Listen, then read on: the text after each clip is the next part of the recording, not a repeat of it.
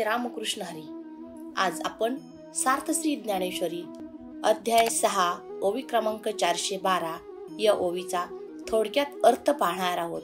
ओवी अशी आहे, हे मन कैसे केवढे ऐसे पाहो म्हणो तरी न सापडे, ए रेवी रहाटावया थोडे त्रैलोक्य यया। या ओवीचा थोडक्यात अर्थ सांगता येईल की आपले मन कसे आहे आणि केवढे आहे असे पाहू म्हटले असता ते मुळीच सापडणार नाही, कारण मन अतिशय चंचल आहे। या मनाला अवघे फिरण्यासाठी अवघे त्रैलोक्य सुद्धा कमी पडते। थोडक्यात काय तर ज्याप्रमाणे माकडाला समाधिस्थ करणे खूप अवघड गोष्ट आहे, किंवा अतिशय सोसाट्याचा वारा सुटल्यानंतर तो वारा शांत होण्यासाठी थोडासा अवधी लागतो, त्याचप्रमाणे आपले मनही खूप चंचल आहे।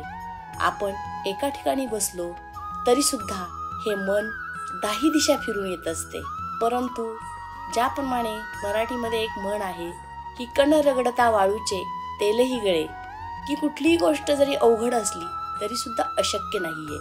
मग मन हे चंचल आहे, ते लवकर स्थिर होत नाही, परंतु मन स्थिर करणं ही गोष्ट अवघड असली तरी अशक्य मात्र नाही।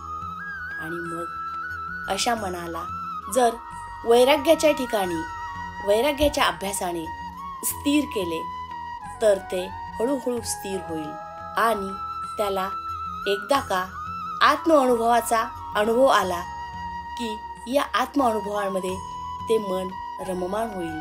त्या आत्मअनुभवाची गोडी लागली की अवघे त्रैलोक्य हेच आत्मानुभवाने भरलेले आहे याचा साक्षात्कार होईल आणि जगात अतिशय सुंदर आणि या गोष्टीला दुसरी जोडही नाही अशी गोष्ट म्हणजेच या मनाला आत्मानुभव मिळेल।